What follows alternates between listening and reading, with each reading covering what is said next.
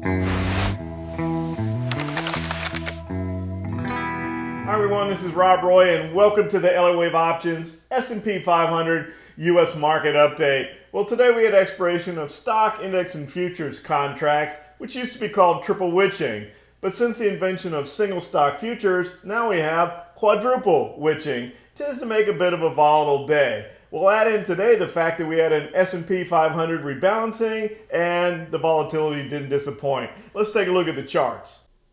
For our timestamp, it is 4 a.m. on Friday night / Saturday morning, so obviously the futures aren't trading right now. And for you Chuck Norris purists out there that have been giving me a hard time for wearing a hat that was more of a fedora than a cowboy hat, have a look at this hat. Now this is a legit cowboy hat. Is this better? Let me know what you think. I don't know how like cowboys ride horses and do all the stuff they do with hats this big on. This is crazy. Does it even fit in the shot? Taking a look at the chart, one thing to note right off the bat is our software has now labeled the current pattern as a 5-wave pattern.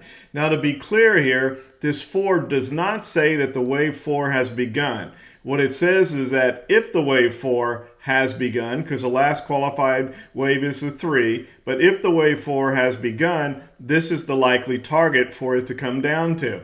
Now going back, we had this fuchsia flat that we had labeled before. Obviously we have a complex wave 3, and then we now have a qualified zigzag pattern that has been labeled as well. So coming out of this thrust from the flat that we talked about, we've got a B wave correction right at the 50% level, and look at this, the C wave extension of the zigzag happens to be right at where the wave 5 target is. It's always good when you have more than one LA wave pattern giving you the same target. Normally the percentages of accuracy are higher.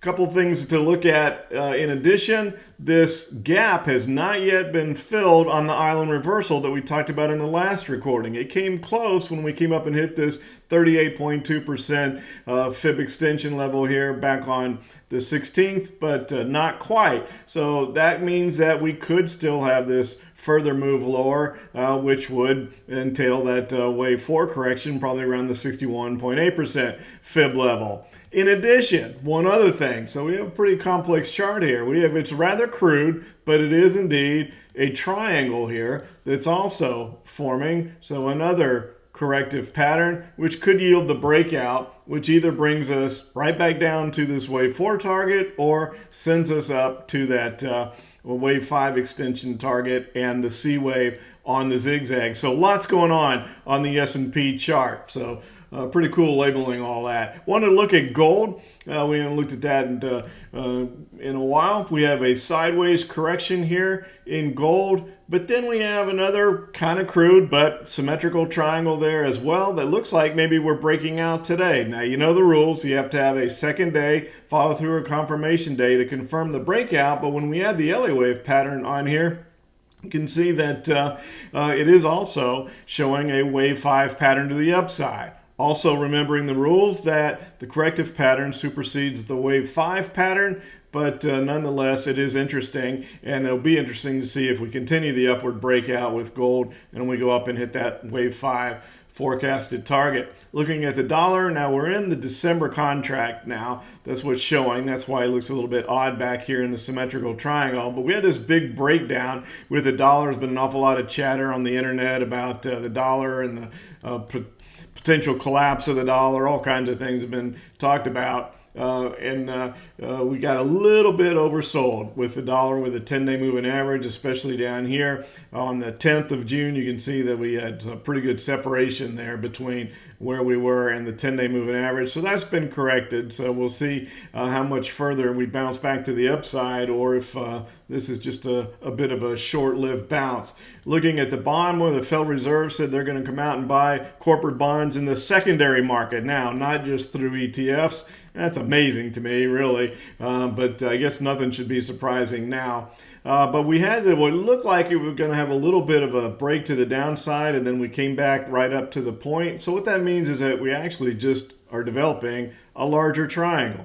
So we have a much larger symmetrical triangle now in the 10-year, which eventually will break out, and then we'll just have to wait and see which direction. Now, we hadn't looked at crude for a while, so I thought we'd bring that chart back up, and you can see we had talked about a while back that we would eventually come up and fill this gap, and we're almost there. It's almost filled that gap, and then it looks like potential lower move there in oil could be from here, or once that gap is actually filled. It'd be surprising to get that close and not actually fill it, but it's pretty darn close at this point in time.